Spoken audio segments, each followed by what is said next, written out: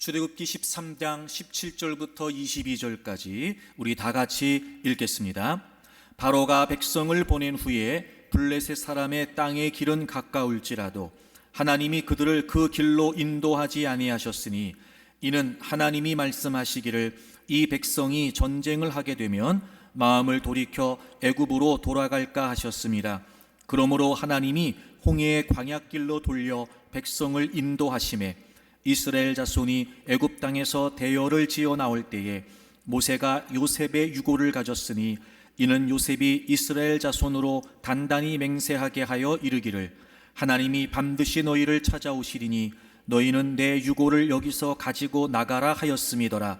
그들이 숫곳을 떠나서 광야 끝 에담의 장막을 치니 여호와께서 그들 앞에서 가시며 낮에는 구름 기둥으로 그들의 길을 인도하시고 밤에는 불기둥을 그들에게 비추사 낮이나 밤이나 진행하게 하시니 낮에는 구름 기둥 밤에는 불기둥이 백성 앞에서 떠나지 아니하니라.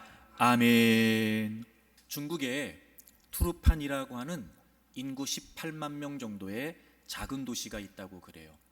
근데 이 작은 도시가 전 세계적으로 아주 유명한 도시가 됐는데 이유가 뭐냐면 텐산수로 때문이라고 합니다. 이 지역은 연중 강수량이 18mm 밖에 되지 않는 사막지대인 거예요. 근데 이 도시가 물이 풍부한 지역이 됐던 거예요. 이 투르판에서 한 200km 이상 떨어져 있는 텐산에서부터 수로를 만든 거예요. 근데 여러분, 한나라 때부터 2000여 년 동안 땅을 파서 수로를 만들었다 그래요. 그냥 땅 위에 수로를 만들면 물이 다 말라버리니까 지면에서 150 내지 200m를 파고 내려간대요. 그리고 거기에서부터 사람이 고개를 숙이고 걸을 수 있을 정도의 깊이로 수로를 만든 거예요. 일정한 간격으로 우물을 만들고 그 우물과 우물들을 연결해서 수로를 만들어서 그 텐산에서 눈이 녹아서 흘러내리는 물을 그 수로와 우물을 통해서 여기 투르판까지 끌어당겨 온 거예요. 이 수로가 보통 수키로 내지는 수십 킬로미터가 되는데요. 이런 수로가 1100여 개가 있답니다. 그러니까 수로가 1100개면 우물도 그만큼 되는 거예요. 엄청나게 긴 길인 거예요. 그래서 이 수로의 전체 길이를 다 합하면 약 5000km가 된대요. 이게 우리가 지금 감이 안 오잖아요. 한반도의 전체 길이가 1000km래요. 그러니까 5000km면 그거의 5배가 되는 거예요. 그러니까 이런 사막지대인 투르판이 오아시스가 된 건 천연천이 있어서가 아니라 그 텐산으로부터 없는 물을 끌어당겨 온 결과라는 거죠. 이야, 여러분, 노력이 가상하지 않습니까? 이렇게까지 물이 필요했던 거예요. 이렇게까지 해서라도 물을 공급받아야 살 수 있기 때문이었던 거죠. 여러분, 우리는 종종 우리의 인생을 광야 혹은 사막으로 비유합니다. 그만큼 모자라고 부족함 투성이가 바로 우리의 인생이기 때문은 아닐까요? 그래서 사람들은 너도 나도 나름대로 오아시스를 만들기 위해 발버둥을 칩니다. 어떻게 해서라도 그 인생의 갈증과 결핍을 해결하기 위해 힘씁니다. 하지만 이내 알게 됩니다. 그렇게까지 해서 얻은 그것들이 결코 내 인생의 오아시스가 될 수 없다는 것을 말이죠. 마치 바람을 손으로 움켜잡을 수 없고 물을 손으로 움켜쥘 수 없는 것처럼 결국 그것들로 채워질 수 없다는 걸 비로소 알게 됩니다. 그리고 오히려 더 큰 목마름과 메마름에 시달리게 되지요. 그것이 바로 광야와도 같은 우리의 인생의 모습입니다. 사랑하는 교우 여러분, 여러분은 어떠십니까? 여러분은 무엇을 여러분의 인생의 오아시스라고 여기십니까? 그리고 새롭게 시작한 2024년, 과연 메마름투성이, 모자름투성이의 우리의 인생길을 우린 어떤 오아시스로 채워갈 수 있을까요? 사랑하는 교우 여러분, 여러분의 삶은 어떤 오아시스로 채워지고 있습니까? 이스라엘이 400여 년 만에 드디어 애굽에서 해방이 됩니다. 노예 사슬을 벗어던지고 새로운 출발을 시작하지요. 그들은 자유의 기쁨과 약속의 땅 가나안에 대한 기대로 가득 찼을 겁니다. 그런데 애굽을 벗어나자마자 그들을 기다리고 있었던 것은 그들의 기대와는 달리 광야길이었습니다. 한 번도 가보지 않은 길이었습니다. 모든 것이 낯설고 불편했던 길이었습니다. 그리고 부족하고 모자라고 메마른 황량한 길이었습니다. 하지만 이 이스라엘 백성들은 그 광야길을 무사히 통과합니다. 그리고 마침내 가나안에 도착하게 되지요. 그들에게 분명히 그 광야길은 어려운 길이었을 겁니다. 분명히 그들에게 그 광야길은 굉장히 버겁고 벅찬 길이었을 겁니다. 하지만 그들은 마침내 가나안에 도착을 합니다. 그들의 광야길에 분명한 그리고 확실한 오아시스가 있었기 때문이었습니다. 성경을 보실까요? 오늘 본문 21절을 보시면 여호와께서 그들 앞에서 가시며 낮에는 구름 기둥으로 그들의 길을 인도하시고 밤에는 불 기둥을 그들에게 비추사 낮이나 밤이나 진행하게 하시니 낮에는 구름 기둥 밤에는 불 기둥이 백성 앞에서 떠나지 아니하니라. 아멘. 여러분, 21절과 22절의 말씀은 단순히 일회적인 사건을 기록한 것이 아니고 이렇게 시작된 이스라엘 백성들의 광야의 여정이 마침내 가나안에 도달할 때까지의 내용을 설명해 주고 있습니다. 하나님께서 그들의 길을 인도해 주셨습니다. 그 하나님의 인도를 따라 그들은 진행했습니다. 그들과 함께 하셨고 낮에는 구름 기둥, 밤에는 불 기둥을 비추어 주셨으며 그들 앞에서 떠나지 않으셨고 그리고 마침내 그들은 가나안에 도달하게 되었습니다. 그렇습니다. 이스라엘 백성들이 광야의 여정을 걸을 때 분명한 오아시스가 있었습니다. 바로 그것은 하나님의 인도하심이었습니다. 사랑하는 교우 여러분, 우리의 삶에 가장 확실한 오아시스, 정말 부족하고 모자람 투성이, 그 메마른 우리의 인생을 채워줄 수 있는 진정한 오아시스, 여러분, 그것은 하나님의 인도하심입니다. 다른 것으로 채울 수 없습니다. 그 어떤 것으로도 만족할 수 없고 그 어떤 것으로도 충분하지 않습니다. 확실합니다. 하나님의 인도하심만이 우리의 삶의 진정한 오아시스가 될 것입니다. 사랑하는 교회 여러분, 2024년 저는 여러분의 인생에 이 하나님의 인도하심이 오아시스가 될 줄로 믿습니다. 분명히 우리의 2024년도 녹록지 않을 겁니다. 그렇게 막연한 긍정을 기대하기는 어렵다는 걸 우리도 잘 알고 있습니다. 하지만 걱정하거나 염려하지 마십시오. 굽이굽이 하나님께서는 우리를 인도하셔서 그 메마른 광야의 길을 오아시스로 우리를 이끌어 주실 것입니다. 저는 여러분이 올 한 해 그 하나님의 인도하심을 신뢰할 수 있기를 바랍니다. 그리고 그 하나님의 인도하심이 진정한 오아시스가 되어서 더 풍성하고 그리고 더 넉넉하고 더 기쁨으로 가득한 그런 2024년이 되시기를 주의 이름으로 축복합니다. 그러면 여러분, 하나님의 인도하심이라는 게 과연 뭘까요? 하나님이 우리를 어떻게 인도하시는 걸까요? 이 하나님의 인도하심이라는 걸 우리가 어떻게 깨닫고 어떻게 우리의 삶에 적용해 가야 할까요? 오늘 본문의 말씀을 좀 보시겠습니다. 17절입니다.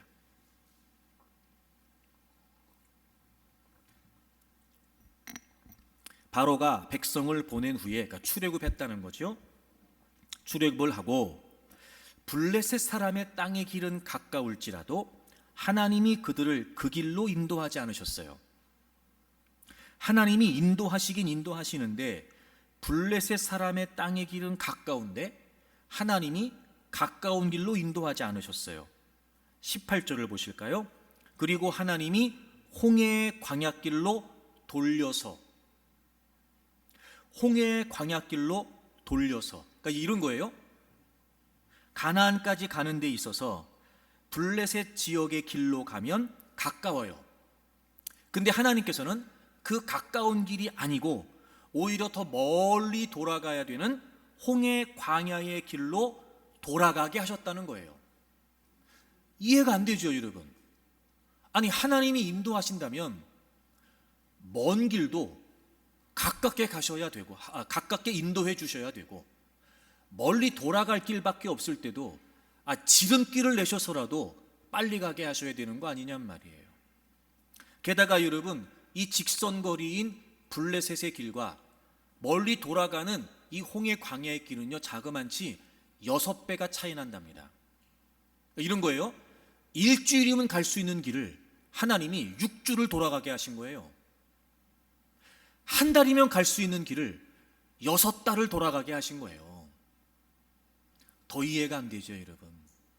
근데 성경은 기록하고 있어요. 하나님이 인도하셨다는 거예요. 이유가 있지 않았을까요, 여러분? 자, 17절을 다시 보세요. 바로가 백성을 보낸 후에 블레셋 사람의 땅의 길은 가까울지라도 하나님이 그들을 그 길로 인도하지 아니하셨으니 이는 이유가 나오는 거예요. 왜 그렇게 하셨냐? 이는 하나님이 말씀하시기를 이 백성이 전쟁을 하게 되면 마음을 돌이켜 애굽으로 돌아갈까 하셨습니다. 전쟁을 하게 되면 여러분, 이 말씀이 무슨 말씀이냐면요, 그래요, 그 블레셋 지역의 길로 가면 가까워요. 6배나 가까워요. 그런데 여러분, 그 지역은 말 그대로 블레셋 지역의 길이었어요. 블레셋의 해안 도시였던 가사라고 하는 곳을 통과했어야 됐는데요, 이 당시에 이 블레셋 족속들은 철기 문화를 배경으로 해서 강력한 세력을 형성하고 아주 호전적인 족속이었다는 거예요. 게다가 이 지역들은 애굽의 왕조가 북방 정책으로 이용했던 곳이었기 때문에 곳곳에 중무장된 애굽의 요새들이 있는 지역이었다는 거예요. 자, 여러분 생각해 보세요. 가까워요. 그런데 그 지역을 통과하려면 호전적인 블레셋 족속들을 만나야 돼요. 철기 무기들로 무장한 블레셋 족속들을. 게다가 애굽의 요새들이 곳곳에 있어요. 지금 이스라엘이 어디서 나왔어요? 애굽에서 나왔어요. 우리 지난주에 14장을 살펴봤잖아요. 지금 광야길로 돌아가는데도 바로가 마음이 바뀌어서 다시 잡아와야 되겠다, 그러고 병거들을 출동시키고 군사들을 출동시켰잖아요. 근데 만약에 이 지역은 이미도 무장되어 있는 애굽의 요새들이 있어요. 그 지역을 이스라엘이 지나갈 때 애굽의 사람들이, 군인들이 바로가 가만히 놔둘 리가 있겠냐고요. 여러분, 가깝지만 이 지역을 통과하게 되면 반드시 뭘 치러야 됐어요? 전쟁을 치러야 됐어요. 여러분, 지금 이 상황에 이스라엘이 전쟁을 치른다면 어떻게 될까요? 이스라엘은요, 약 400여 년 동안 노예살이 하다가 이제 막 나왔어요. 제대로 갖춰진 군사 조직이 있을까요? 훈련된 군사들은 있을까요? 무기는 있었을까요? 아니요, 여러분. 그런데 만약에 그런 상태에서 이스라엘 백성들이 가깝다는 이유 때문에 그 길로 가게 된다면 모르긴 몰라도요, 다 몰살당했을지도 몰라요. 하나님은 그걸 잘 알고 계셨던 거예요. 지금 이스라엘의 상태가 어떤지, 지금 이스라엘이 얼마나 연약한지, 지금 이스라엘의 상황이 어떤지를 너무나 잘 알고 계셨던 거예요. 그 길이 가깝지만 그렇게 가게 되면 당연히 전쟁을 피할 수가 없고 크나큰 피해를 입을 것이 뻔했단 말이에요. 그래서 하나님께서는 그들이 전쟁을 하지 않도록 오히려 광야길로 돌아가게 하신 거예요. 물론 여러분, 그래서 이스라엘 백성들이 광야의 여정을 겪으면서 전쟁을 치르지 않은 건 아닙니다. 출애굽기 17장에 가보게 되면 아말렉과 처음으로 전쟁을 하는 장면이 나와요. 근데 놀라운 건 뭔지 아세요? 이 13장에서부터 17장까지 14장에 가면 홍해를 건너요. 애굽이 추격해오고 공격해왔으나 절대 이스라엘에게 접근하지 못하게 하셨어요. 마라라고 하는 곳에서는요, 하나님이 쓴물을 단물로 만들어주세요. 엘림이라고 하는 오아시스 지역에도 도달하게 하시죠. 그뿐만이 아니었어요. 하나님께서 만나와 메추라기도 먹여주셨어요. 물이 없어 갈증 때문에 고생하고 있을 때 하나님께서 반석을 쳐서 물을 내주시기도 하셨죠. 그리고 지금 구름 기둥과 불 기둥이 그들의 눈에 보여요. 낮에도 보호해주고 밤에도 보호해주고 그들을 이끌어가는 게 보인단 말이에요. 다시 말하면 그들이 처음 전쟁을 하기 전까지 하나님은 충분히 하나님의 백성들이 하나님이 함께 하셔, 하나님이 도와주시지, 그래 하나님이면 돼, 이렇게 충분히 하나님을 경험할 수 있도록 이끌어주고 계시는 거였어요. 그러니까 여러분, 하나님이 이스라엘 백성들을 이렇게 돌아가게 하셨던 것은 하나님께서 능력이 없으셔서가 아니라 이스라엘의 연약함을 너무나 잘 알고 계신 하나님께서 지금 이스라엘 백성들을 오히려 사랑으로 배려하고 계시는 거예요. 그렇습니다, 여러분. 우리가 2024년을 살아가는 동안 우리에게서 진정한 오아시스는 하나님의 인도하심이에요. 하나님은 어떻게 인도하시는지 아세요? 하나님은 우리를 사랑으로 인도하세요. 사랑하는 여러분, 잊지 마십시오. 그리고 어떤 경우에도 확신하셔도 상관없습니다. 하나님은 지금 나를 사랑으로 인도하고 계신다는 거예요. 물론 여러분, 우리가 인생을 살면서 종종 마치 지금 내가 걸어가고 있는 길이 지름길이 아니고, 지름길은 고사하고 빙글빙글 돌아가고 있는 것처럼 느껴지기도 해요. 때론 여러분, 또 다른 누군가와 견주어 봤을 때, 나는 왜 이렇게 험난한 길을 가야 되나? 나는 왜 이렇게? 내 인생은 왜 이렇게 버겁게만 가야 되는가? 이런 생각이 들 때도 있어요. 그래서 이해가 되지 않고 정말 하나님이 계신가 싶기도 하고, 하나님이 정말 나를 잘 아시고 하나님이 정말 나를 인도하시기를 원하신다면 좀 더 수월하고 좀 더 편안한 길로 이끌어 주시면 좋을 것 같은데, 마치 하나님이 나를 인도하시지 않는 것처럼 그렇게 우리의 길이 더 험난하고 더 더디게만 느껴질 때가 있죠. 하지만 여러분, 확실합니다. 하나님께서 우리를 사랑하시기 때문에, 하나님께서 우리를 너무나 잘 아시기 때문에, 그래서 하나님이 우리를 그렇게 이끌어 가시는 거예요. 저는 여러분들이 그 하나님의 사랑의 인도하심을 의심 없이 믿을 수 있기를 바랍니다. 그러니까 올 한 해 살면서 우리가 이랬으면 좋겠어요. 올 한 해 우리가 이랬으면 좋겠어요.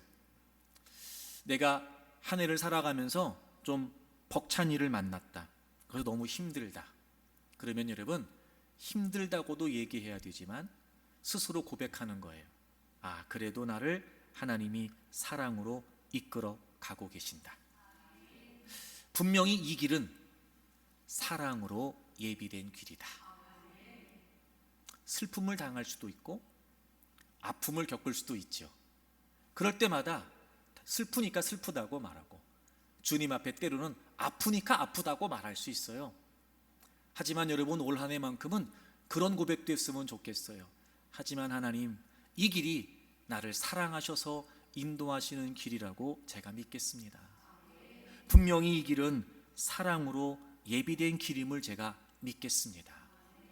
그렇게 올 한 해 살아가면서 분명히 하나님께서 우리를 너무나 잘 아시고 우리가 무엇이 연약하고 무엇이 부족한지, 우리가 뭘 감당할 수 있고 우리가 뭘 이겨낼 수 있는지를 나보다 나를 더 잘 아시는 아버지께서 지금 우리를 배려하셔서 사랑으로 인도하고 계시다는 겁니다. 2024년 사랑으로 인도하시는 이 하나님의 인도하심이 우리 모두에게 진정한 오아시스가 될 줄로 믿습니다. 그럼 여러분, 사랑으로 인도하신다는 걸 우리가 어떻게 확인할 수 있을까? 이런 거예요. 사랑으로 인도하신다는 걸 확인하려면 하나님의 사랑을 확인하면 돼요. 그러니까 하나님이 날 지금도 사랑하고 계세요. 그러면 내가 걸어가고 있는 길 동안 나를 이끌고 가는 그 하나님의 인도하심 또한 사랑이 분명한 거죠. 그러니까 이거 보세요. 하나님이 사랑으로 인도하신다는 게 왜 의심되냐면요, 하나님의 사랑이 의심되기 때문에 그래요. 그러니까 하나님의 사랑이 확실하면 지금 나를 이끌어 가시는 것도 사랑으로 이끄시는 게 분명하죠. 그러니까 이런 거예요. 하나님의 사랑을 의심하지 않으면 지금 나를 사랑으로 인도하고 계시다는 걸 확신할 수 있어요. 사랑하는 교회 여러분, 하나님은 여러분을 사랑하십니다. 자, 옆에 분 쳐다보세요. 옆에 분 쳐다보고 환하게 웃으면서, 째려보지 말고 환하게 웃으면서, 하나님은 당신을 사랑하십니다.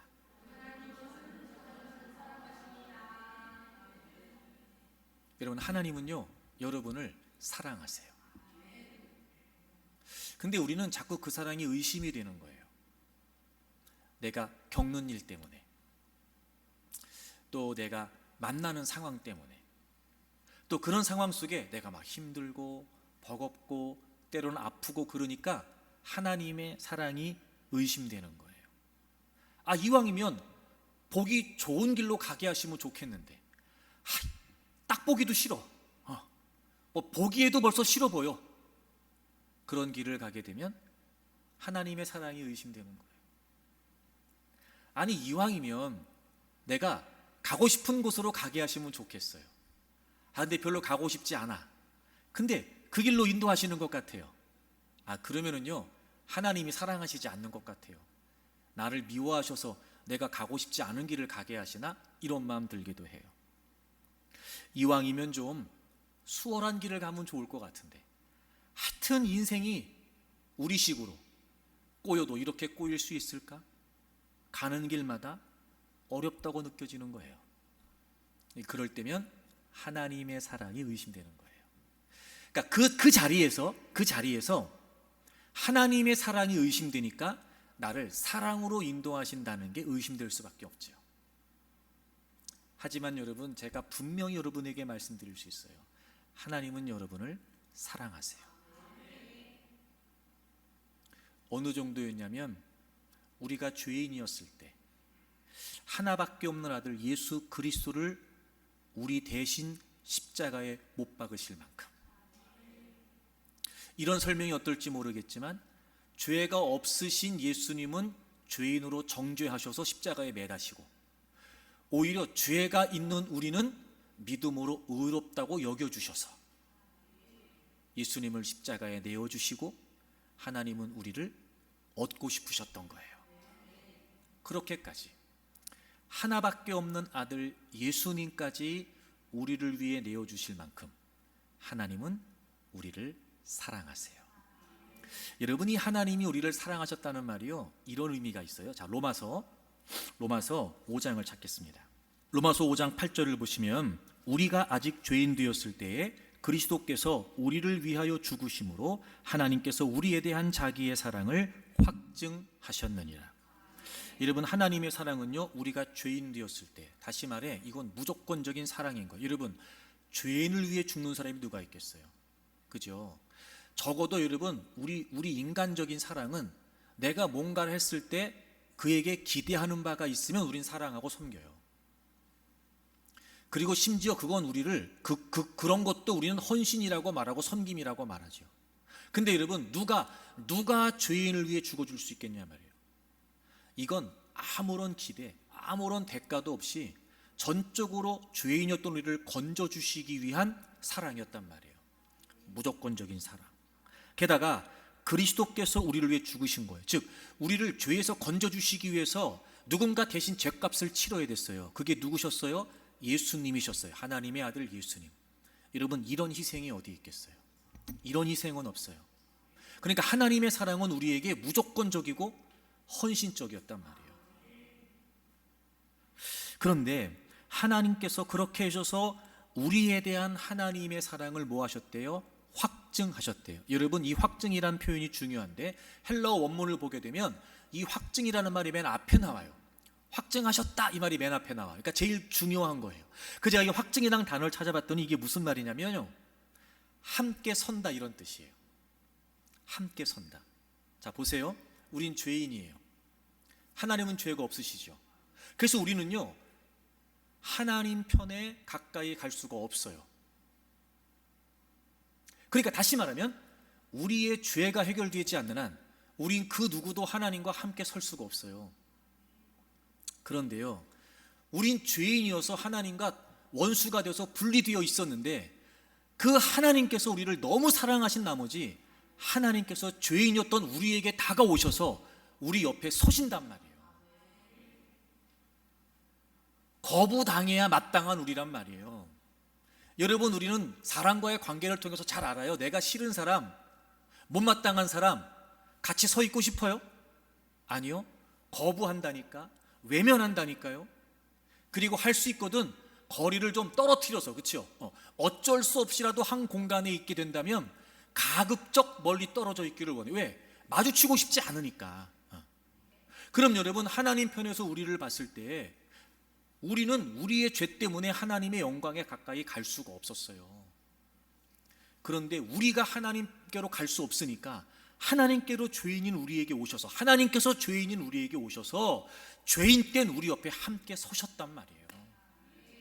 거리감 없이, 거부하지 않으시고, 그래서 그분께서 성육신 하셔서 우리와 동일한 육신을 가지시고 우리에게 오셔서 우리의 모든 죄를 짊어지시고 십자가를 지신 거예요. 이야, 여러분, 우리에 대한 하나님의 사랑을 확증하셨다는 표현이 바로 이런 의미인 거예요. 기가 막히죠, 여러분. 그러니까 하나님은 우리를 사랑하시는 게 맞아요.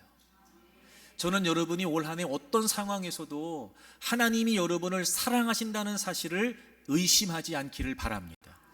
정말 예수님이 여러분의 죄를 위해 죽으시고 부활하신 거 믿으시죠? 예수님이 여러분의 구주이시고 여러분의 주님이신 거 확실하시죠? 그 하나님의 사랑이 여러분을 위한 사랑이라는 거 분명하시죠? 여러분이 이제 그 십자가 때문에, 그 구속의 은혜 때문에 저는 여러분이 어떤 상황에서도 하나님의 사랑을 의심하지 않기를 바랍니다. 여러분, 이 내용을요, 이사야서는 또 이렇게도 얘기하더라고요. 자, 이사야 49장을 찾아보실까요? 저는 참 이 표현이 이번에 좀 은혜가 됐는데 여러분에게도 그 은혜가 전달되면 좋겠어요. 이사야 49장 14절. 오직 시온이 이르기를, 여기서 시온은 이스라엘, 예루살렘, 하나님 백성들을 말해요. 하나님 백성들이 이렇게 얘기한다는 거예요. 하나님께서 나를 버리시며 주께서 나를 잊으셨다 한다는 거예요. 여러분, 우리랑 똑같아요. 지름길로 가지 않고 수월한 길이 아니고 보다 힘들고 어려운 길을 가게 되면 하나님이 나를 사랑하시지 않아. 하나님이 나를 잊으신 게 분명하지. 나는 하나님께 기억되지도 않는 거야. 어쩌면 내가 이렇게 돌아갈 수 있고, 어쩌면 이렇게 힘겹고, 어쩌면 이렇게 아픈 인생을 살아갈 수가 있어. 하나님이 나를 사랑하신다면 절대 그럴 수 없어. 하나님이 나를 잊으신 거야. 우린 곳곳에서 그런단 말이에요. 인생의 여정에서 말이죠. 그래서 하나님이 답을 하시는 거예요. 15절 보세요. 여인이 어찌 그 젖먹는 자식을 잊겠으며 자기 태선 아들을 긍휼히 여기지 않겠느냐. 출산하신 여성들은 아실 거예요. 그 말이죠. 그러니까 쉽게 말하면 이런 거예요. 내 배 아파서 난 내 자식을 내가 어떻게 사랑하지 않을 수 있겠냐는 거예요. 긍휼히 여긴다. 그래서 여러분, 모두가 다 손가락질해도요, 엄마는 그 아들 편인 거지. 그죠? 그 모든 화살을 다 막아주고, 그래서 여러분, 어떻게 해서든지 마지막 순간까지 그 자식을 지키고 사랑하는 건 엄마란 말이에요. 그러니 잊을 리가 없고 사랑하지 않을 수가 없다는 거예요. 근데 하나님 이렇게 말씀하세요. 그들은 혹시, 그러니까 그럴 리가 없지만 혹시라도. 근데 요즘은 좀 그렇잖아요, 여러분. 요즘은, 그죠? 그러니까 제가 보기에는 성경이 진리라는 게 맞다니까, 여러분.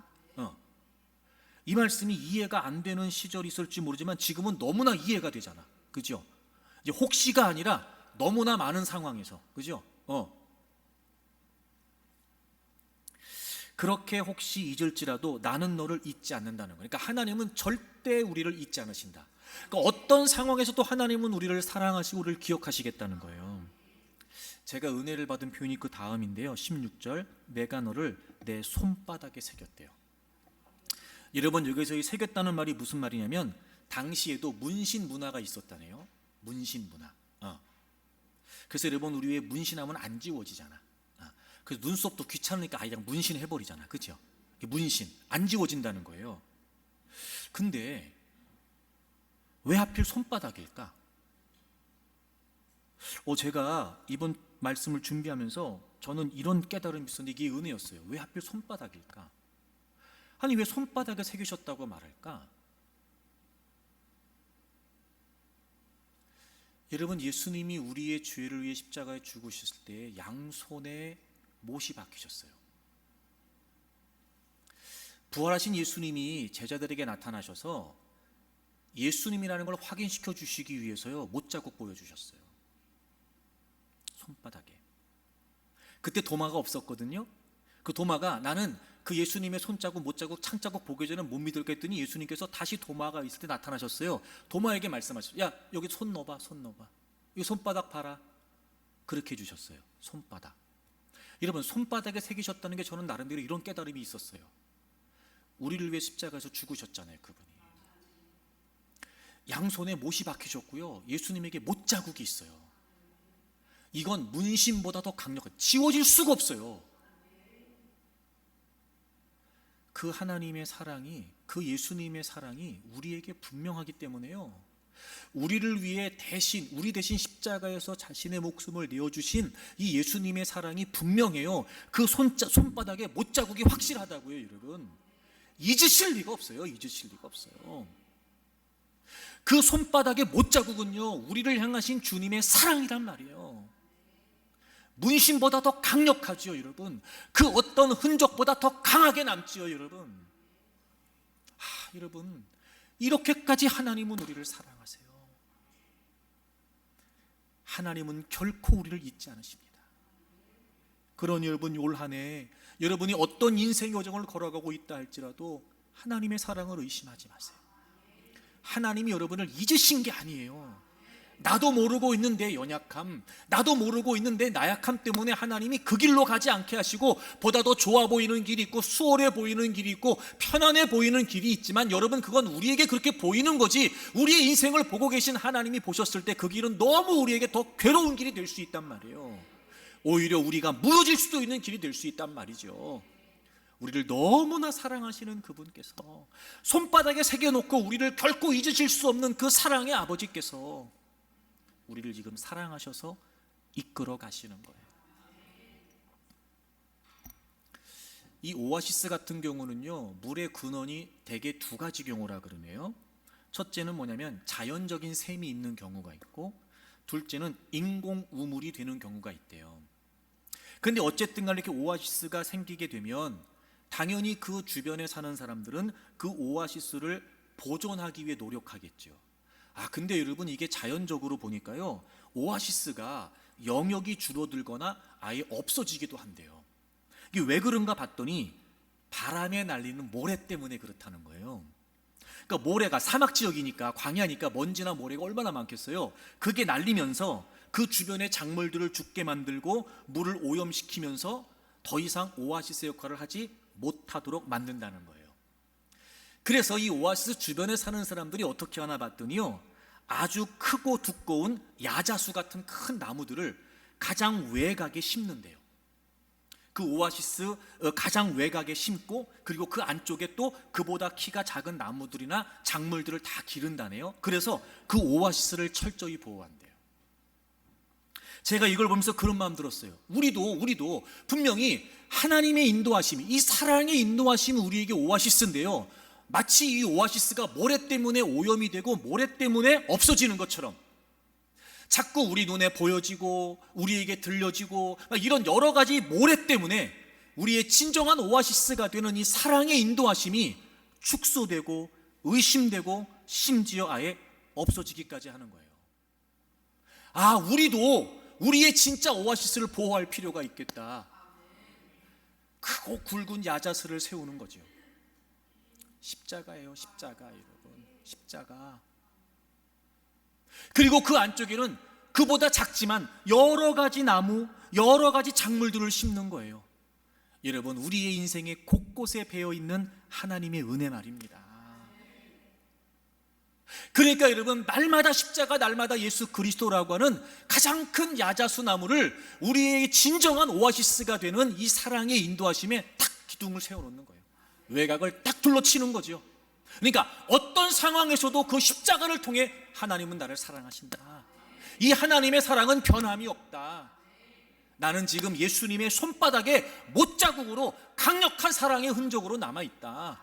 난 어떤 순간에도 하나님의 사랑을 의심하지 않을 것이다. 그러면 십자가가 우리의 신앙의, 우리의 삶의 중심이 되도록 크고 굵게 딱 자리를 잡게 하는 거예요.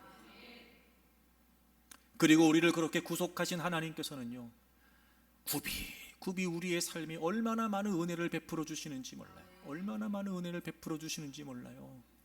그것들을 또 기억하고 그것들을 또 간직하고 또 감사하고 막 그러면서 우리의 인생의 진짜 오아시스, 하나님이 우리를 사랑하셔서 인도하신다. 여러분, 다양한 많은 모래로부터 저는 우리가 우리의 오아시스를 지켜내기를 바랍니다. 그래서 하나님의 사랑을 의심하지 않으면요, 사랑으로 인도하시는 것도 의심하지 않을 수 있어요. 심지어 이런 상황에서도 저는 여러분들이 하나님을 의심하지 않기를 바라요. 요한복음 11장에 보면 나사로 이야기가 나와요. 그 가정의 구성은 나사로, 그리고 두 여동생 마리아, 마르다, 이렇게 세 명이에요. 보통 성경에서 인물들을 설명할 때 누구누구의 아들 뭐 이렇게 나오는데 부모의 언급이 없는 걸 보면 아무리 좀 짐작을 해보건대 분명히 부모 없이 이 삼남매가 한 가정을 이루고 살았던 것 같아요. 그러니까 오빠였던 나사로가 분명히 기둥인 거예요. 그런데 오빠 나사로가 어느 날 병이 든 거예요. 그리고 쭉 상황을 짐작해 보건대 그 병이 급속히 악화가 되면서 위독한 처지에 이르렀던 것 같아요. 마리아하고 마르다가 얼마나 다급했을까, 그런 상황이 얼마나 두려웠을까. 그래서 마리아하고 마르다가요, 예수님께 사람을 보내요. 우리 오빠 병들었어요. 도와주세요. 고쳐주세요. 그런데 여러분, 예수님께서 그 소식을 들으시고 당연히 우리 같으면 빨리 와주셔야 되는데 예수님이 오시지 않는 거예요. 예수님이요, 이틀을 더 머무세요. 그리고 그 사이에 나사로는 죽었고, 죽은 지 나흘이 돼서야 예수님께서 나사로의 집으로 오세요. 일단 이 상황도 기가 막힌데 더 기가 막힌 게 뭔지 아세요? 여러분, 요한복음 11장을 찾아보세요. 요한복음 11장 5절, 예수께서 본래 마르다와 그 동생 나사로를 사랑하시더니, 그냥 사랑도 아니고요, 본래 사랑하셨대요. 이 본래라는 말이 무슨 말이냐면 오래전부터, 그리고 지금도 여전히 이런 뜻이에요. 그럼 오래전부터 이들을 사랑하셨고 지금도 사랑하세요. 여러분, 우리식으로 생각하면 하나님이 이렇게 예수님이 이렇게 사랑하시는 집이라면 병도 들면 안 되지. 응? 좋아요. 병이 드는 건 10분 양보합시다. 병이 들었으면 빨리 낫게 해주셔야지. 근데 지금 어떻게 됐어요? 병이 들었어요. 급속히 지금 진행되고 있어요. 다급한 마음에 주님께 도움을 요청했어요. 근데 주님이 안 오세요. 오빤 죽었어요. 근데 사랑하신대요. 심지어는요, 여러분 3절을 보시겠어요? 3절, 이에 그 누이들이 예수께 사람을 보내어 이르되 주여 보시옵소서, 사랑하시는 자가 병들었습니다. 여러분, 이게 무슨 뜻인 것 같으세요? 사랑하시는 자가 병들었습니다, 이런 거예요. 나사로가 주님을 사랑했다는 게 아니라 주님께서 사랑하시는 나사로라는 말이잖아요. 그러니까 누가 봐도 이 가정은 주님의 각별한 사랑을 받고 있었던 게 맞아요. 그런데 오빠가 죽었어요.